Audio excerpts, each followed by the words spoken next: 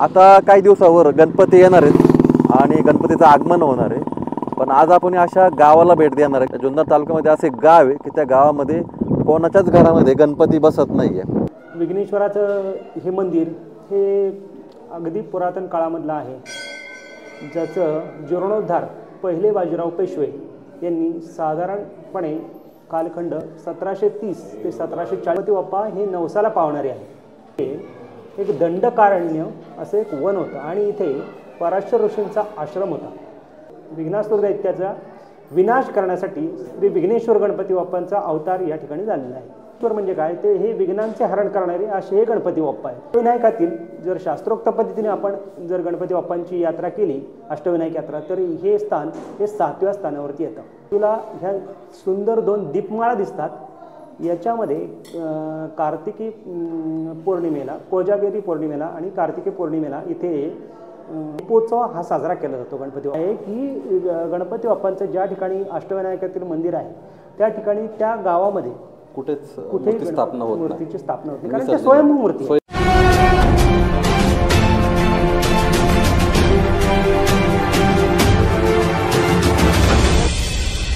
Shiv trekkers, गोष्ट एका प्रवासाची। आपण आज व्हिडिओला सुरुवात थोड्या वेळाने करणार आहे। खरं तर आता आपण एका जलाशयाच्या एक जलाशय आणि त्या जलाशयावर एक ब्रिज आहे, त्या ब्रिजवर उभा आहे। तर हा जलाशयाची थोडी माहिती सांगतो। ही आहे कोकडी नदी आणि ह्या कोकडी नदीचा उगम नाणेघाटमध्ये असणारं जे कोकडेश्वराचं मंदिर आहे तिकडनं होतो। त्या कोकडेश्वराची नदी ते म्हणजे कोकडी नदी तिथून माणिकडोह या धरणामध्ये येते आणि त्या धरणातलं पाणी नंतर पुढे येडगाव धरणामध्ये येते। हे ते येडगाव धरण पुढे ह्याच नदीचं नाव कोकडी नदी असं झालेलं आहे आणि ह्याच कोकडीच्या नदी या ठिकाणी तिथे तुम्हाला एक ओझर गाव आहे। तर आज आपण खरं तर आता काही दिवसावर गणपती येणार आहेत आणि गणपतीचं आगमन होणार आहे। पण आज आपण अशा गावाला भेट देणार आहे की जुन्नर तालुक्यामध्ये म्हणजे पुणे जिल्ह्यामध्ये असं एक जुन्नर तालुका आहे। त्या जुन्नर तालुक्यामध्ये असं एक गाव आहे की त्या गावामध्ये कोणाच्याच घरामध्ये गणपती बसत नाही आहे। आता गणपती बसत नाही म्हणजे विसर्जन पण होत नाही, या खूप महत्त्वाच्या गोष्टी आहेत। तर आज आपण नेमकी इथे काय प्रकार आहे नेमकी तो बघण्यासाठी आज आपण चाललो आहोत आणि जिथं ते कोणतं मंदिर आहे त्या मंदिराचा सुद्धा इतिहास जाणून घेणार आहे। जवळजवळ बऱ्याच जणांना त्याची आयडिया आली असेल ते मंदिर कोणतं असेल तर मी सांगून टाकतो। आज आपण ओझर या ठिकाणी जाणार आहे आणि ओझर या ठिकाणी कोणाच्याच घरामध्ये गणपती बसत नाही आणि तो विसर्जनही होत नाही, म्हणजे बसतच नाही तर विसर्जन होणारच नाही। तर त्या ठिकाणी नेमकी काय प्रकार आहे, तिथं कोणता उत्सव केला जातो, गणपती उत्सव कसा साजरा केला जातो, तो सोहळा, त्या गणपतीविषयी किंवा त्या मंदिराविषयी आज आपण संपूर्ण माहिती घेण्याचा प्रयत्न ह्या व्हिडिओमध्ये करणार आहे। तर तुम्ही हा व्हिडिओ नक्की बघा आणि खूप माहितीपूर्ण व्हिडिओ असणार आहे आणि नंतर ह्या ठिकाणी राहण्याची काय सोय ते पण आपण तुम्हाला ह्या व्हिडिओमध्ये दाखवणार आहे। तर तुम्ही बघू शकता माझ्या डाव्या साईडला एक गाव आहे। आपल्याला या ठिकाणी जायचं आहे तर त्याला जाऊया आपण तिकडे।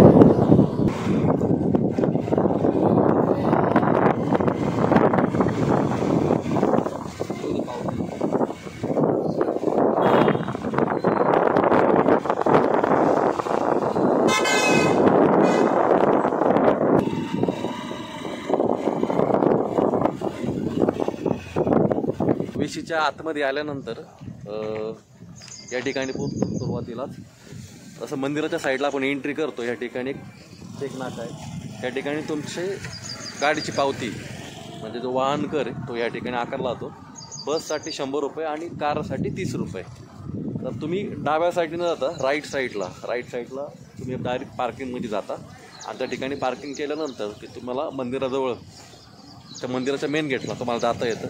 तर आता आपण इकडनं जाऊया आणि थेट मंदिराच्या मेन जो महाद्वार आहे त्या ठिकाणी जाऊया। चला आपण चेक नाक्यापासून जर आलो तर तुम्ही राईटला बघू शकता भक्त भवन 4 नंबर आहे। या साईडला समोर बघताय या ठिकाणी संस्कृत भवन आहे, मोठं हॉल आहे या ठिकाणी।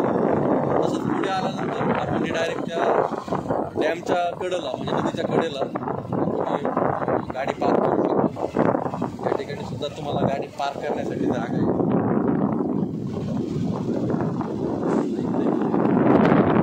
टू व्हीलर पार्किंग आहे,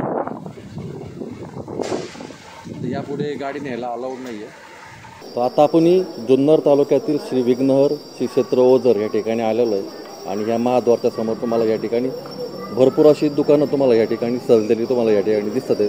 या ठिकाणी तुम्हाला लहान मुलांची खेळणी वगैरे त्या ठिकाणी त्याचबरोबर या ठिकाणी प्रसाद, हार, फुलं या सर्व गोष्टी या ठिकाणी तुम्हाला भेटतात। या ठिकाणी भक्तांची लाईन लावली जाते आणि भक्तांची ते चपला, शूज काय असेल ते ठेवण्यासाठी या ठिकाणी असे रॅक तयार केलेले आहेत। तर आता आपण मंदिरात जाऊया।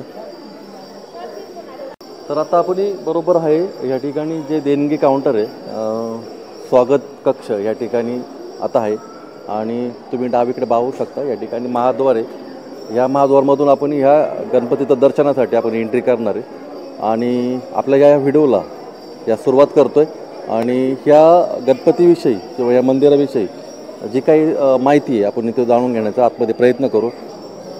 आपण जे काका आहेत त्यांच्याकडनं आपण ह्या मंदिराविषयी व गणपतीविषयी पूर्ण जी कथा आहे किंवा काही जी माहिती आहे आपण जाणून घेऊया। चला आतमध्ये जाऊया आणि आपण पहिल्यांदा दर्शन करून घेऊया आणि मग आपण व्हिडिओला सुरुवात करूया।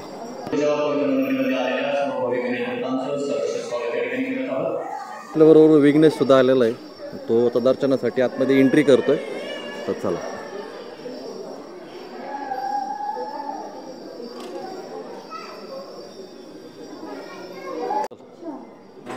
पहिल्यांदा आपण दर्शन करून घेऊया। विघ्नेश आज गर्दी नसल्यामुळे आपण सरळ दर्शनासाठी जाऊ शकतो। सरळ चल।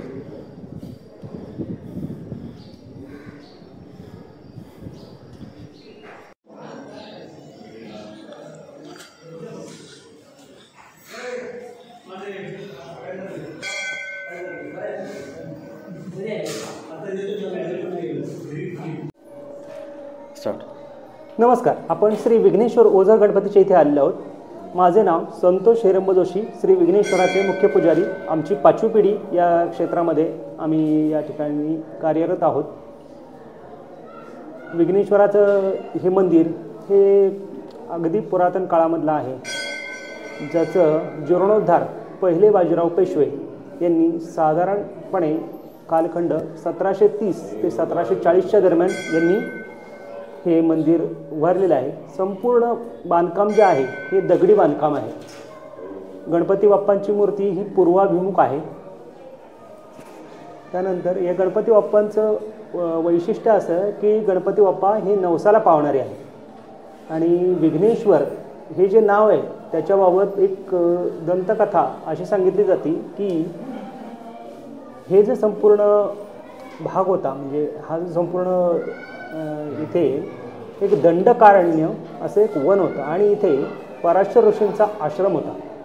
तर या पराशर ऋषींच्या आश्रमामध्ये आपण जर इतिहास पाहिला तर पहिल्या काळामध्ये वेद हे शिकवले जात होते। आपल्याकडे गुरुकुल परंपरा होती आणि वेदांचं शिक्षण हे दिलं जात होतं।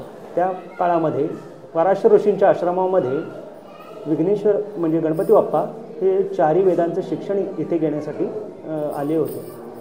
त्या ह्याच्यामध्ये त्या कालखंडामध्ये अभिनंदन राजा म्हणून एक राजा होते। तर त्या अभिनंदन राजांनी 99 यज्ञ केले होते। अश्वमेघ यज्ञ आपण पूर्वीच्या काळामध्ये जसे श्री रामचंद्रांनी केले होते तसेच 99 हे अश्वमेघ यज्ञ केले होते आणि 100वा अश्वमेघ यज्ञ हा सुरू होता। जर तो अश्वमेघ यज्ञ संपूर्ण झाला असता तर त्याला इंद्रपदाची प्राप्ती झाली असती। म्हणून श्री इंद्रदेवतेने त्याची परीक्षा घेण्यासाठी विघ्नासूर दैत्याचा निर्माण केला आणि त्या यज्ञाचा नाश करण्यासाठी त्याला आज्ञा केली। आज्ञा केल्यावरती त्यांनी या यज्ञाचा नाश तर केला, पण पूर्ण पृथ्वीवरती जेवढे काही यज्ञ चालू होते त्या ह्याच्यामध्ये तर त्या यज्ञांचाही नाश केला। तर त्याची विघ्नासूर दैत्याचा विनाश करण्यासाठी श्री विघ्नेश्वर गणपती बाप्पांचा अवतार या ठिकाणी झालेला आहे आणि सगळ्या देवतांनी त्यांना प्रार्थना केल्यावरती श्री विघ्नेश्वर देवतांनी अवतार घेतला आणि त्या विघ्नासूर दैत्याचा विनाश केला। पण त्या विनाश करण्याआधी श्री विघ्नेश्वर गणपती बाप्पांना ते शरण आले होते आणि ते शरण आल्यावरती त्यांनी एक वरदान मागितलं की तुमच्या नावाच्या आधी माझं नाव जोडलं जावं। म्हणून गणपती बाप्पांनी ते नाव धारण केलं आणि गणपती बाप्पांचं नाव त्या दिवसापासून विघ्नेश्वर असं झालं। विघ्नेश्वर म्हणजे काय, ते हे विघ्नांचे हरण करणारे असे हे गणपती बाप्पा आहे। आपण कुठल्याही गणपती बाप्पांच्या मंदिरामध्ये किंवा कुठल्याही देवतेच्या मंदिरामध्ये ज्यावेळेस आपण एखादी मन्नत मागतो एखादा, तर त्या ह्याचं पूर्ण करण्याचं गणपती बाप्पांचं सामर्थ्य या ठिकाणी आहे. आत्तापर्यंत अनेक लोकांची गाऱ्हाणी गणपती बाप्पांनी सोडवली आहे. बऱ्याच लोकांचं पुत्रप्राप्ती नाही आहे, संतान प्राप्ती नाही आहे, विवाह होत नाहीत, अशा अनेक अडचणी ज्या आहेत त्या गणपती बाप्पांच्या फक्त अभिषेकामुळे, अभिषेक केला तरी त्यांनी ते प्रश्न सुटलेले आहेत. अशी गणपती बाप्पांची ही ख्याती आहे. अष्टविनायकातील जर शास्त्रोक्त पद्धतीने आपण जर गणपती बाप्पांची यात्रा केली, अष्टविनायक यात्रा, तर हे स्थान हे 7व्या स्थानावरती येतं. इथे जे गणपती बाप्पांच्या मंदिरामध्ये जे 2 द्वारपाल रेखाटलेले आहेत त्यांचं नाव जय आणि विजय आहे. बाजूला ह्या सुंदर 2 दीपमाळा दिसतात. याच्यामध्ये कार्तिकी पौर्णिमेला, कोजागिरी पौर्णिमेला आणि कार्तिकी पौर्णिमेला इथे दीपोत्सव हा साजरा केला जातो गणपती बाप्पांच्या मंदिरामध्ये. हा पुरातन काळापासून चालू आहे. आता हे गणपती बाप्पांचं मंदिर तर आपण हे पाहिलेलंच आहे. तर याला 3 गर्भगृह आहेत. एक जे आपण मुख्य द्वारामधून आतमध्ये आलो की दर्शन रांग आपल्याला दिसते.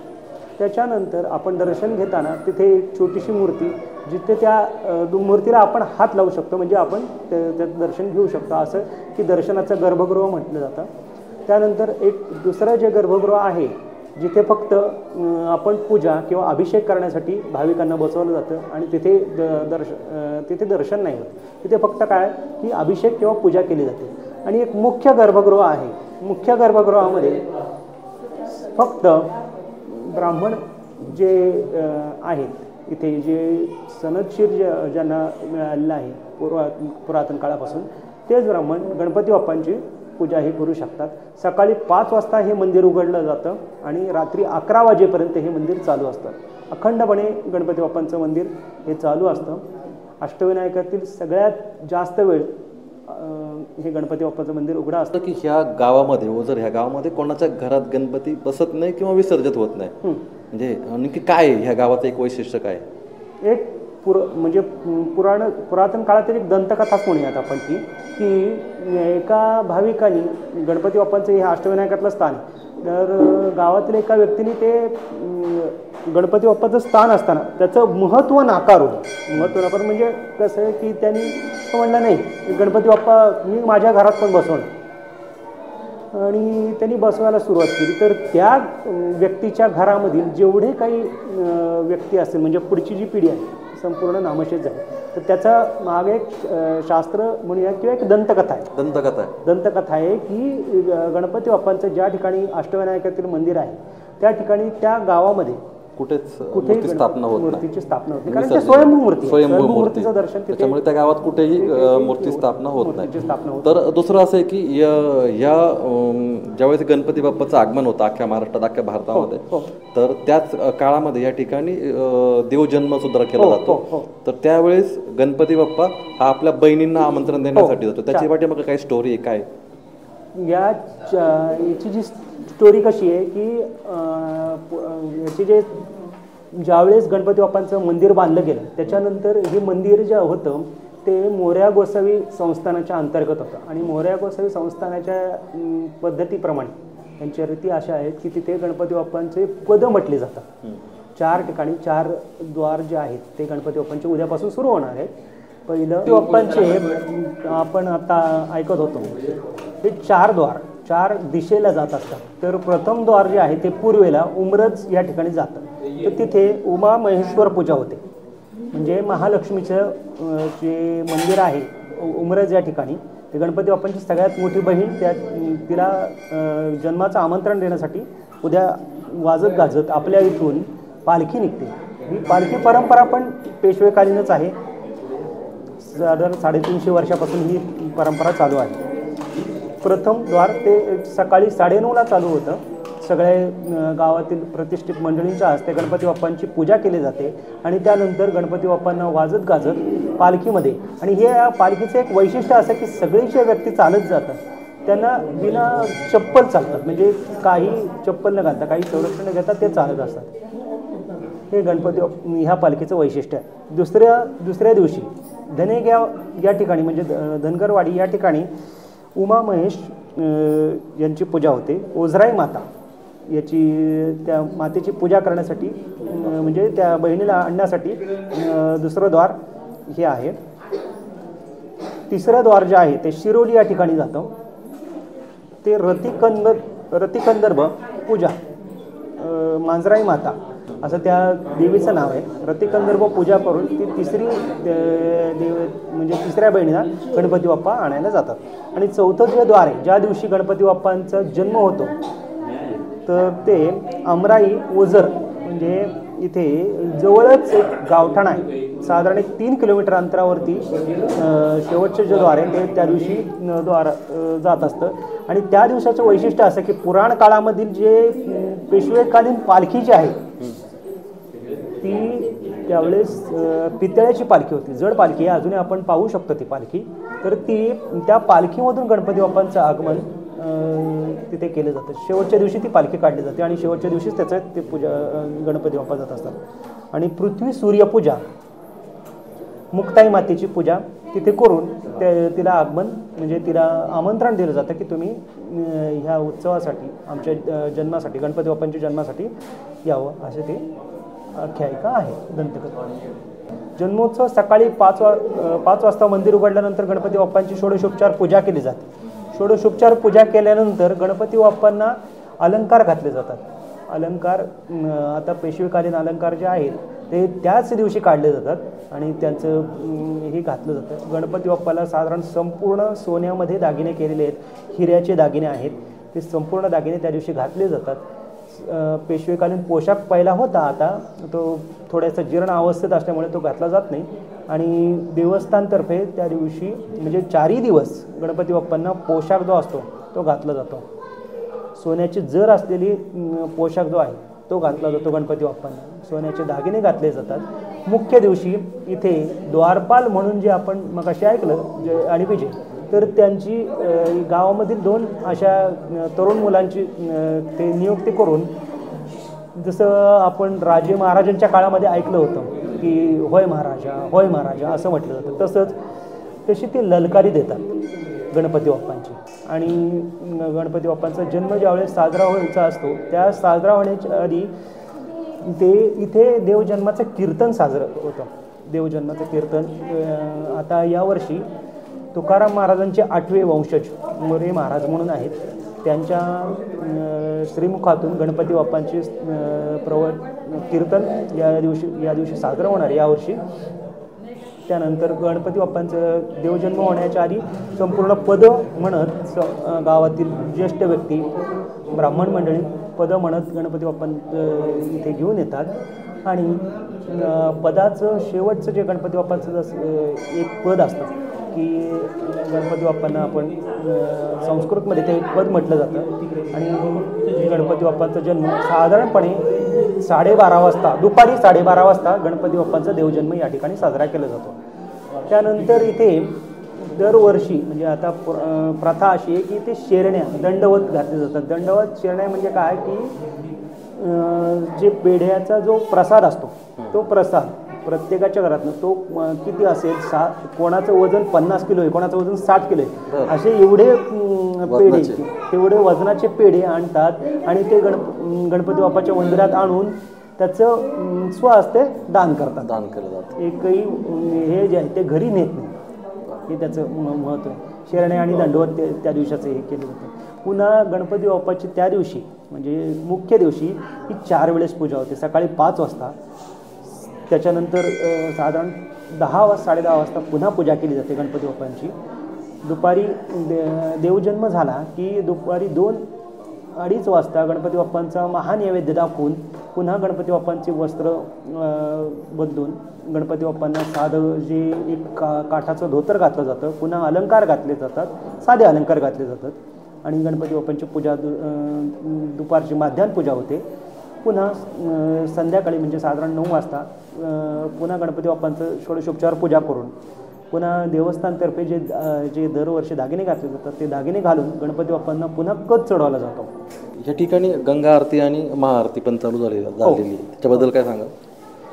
गंगा आरती भाविक आपण महाराष्ट्रामधलं पहिलं हे आहे की प्रथम आमच्याकडे श्री क्षेत्र विघ्नहराच्या ठिकाणी गंगा आरतीचं आयोजन आमचे माजी अध्यक्ष श्री गणेश भाऊ कोडे यांनी केलं होतं. त्याच्यामागचा उद्देश असा होता की ज्या वाराणसीच्या धर्तीवरती इथे कुकडी माईच्या तीरावरती आम्हाला गणपती बाप्पांची आरती साजरी करायची आणि त्यातून एक संदेश असा दिला गेला की आम्हीसुद्धा हिंदू धर्माचं पुरातन जे आहे ते महत्त्व टिकवून ठेवू शकतो आणि आम्हीसुद्धा या ठिकाणी नवीन ही प्रथा चालू केलेली आहे. आणि विशेष असं की ही जी गंगा आरती आहे ती स्त्री शक्तीला आपण मान दिला जातो याच्या आणि मान्यवर ज्या स्त्रिया आहेत त्यांच्या हस्ते ही गंगा आरती केली जाते. महाआरतीचं महत्त्व असं की दर मंगळवारी आपण जर दगडूशेठ गणपतीच्या या ठिकाणी जर पाहिलं तर दगडूशेठला दर दिवशी आरती असते. तसंच गणपती बाप्पांचं एक महत्त्व पटवून देण्यासाठी गणेश भाऊ कोडे यांनी हा उपक्रम सुरू केला महाआरतीचा. त्याच्यात 5 यजमान दाम्पत्यांना हा मान दिला जातो, ज्याचं आपण म्हणूयात की ज्याचं नशीब असेल त्या दिवशी त्याला ती हे मिळतं तो मान, त्याच्या हस्ते ती आरती केली जाते. धन्यवाद काका, खूप चांगली माहिती दिली तुम्ही. चला.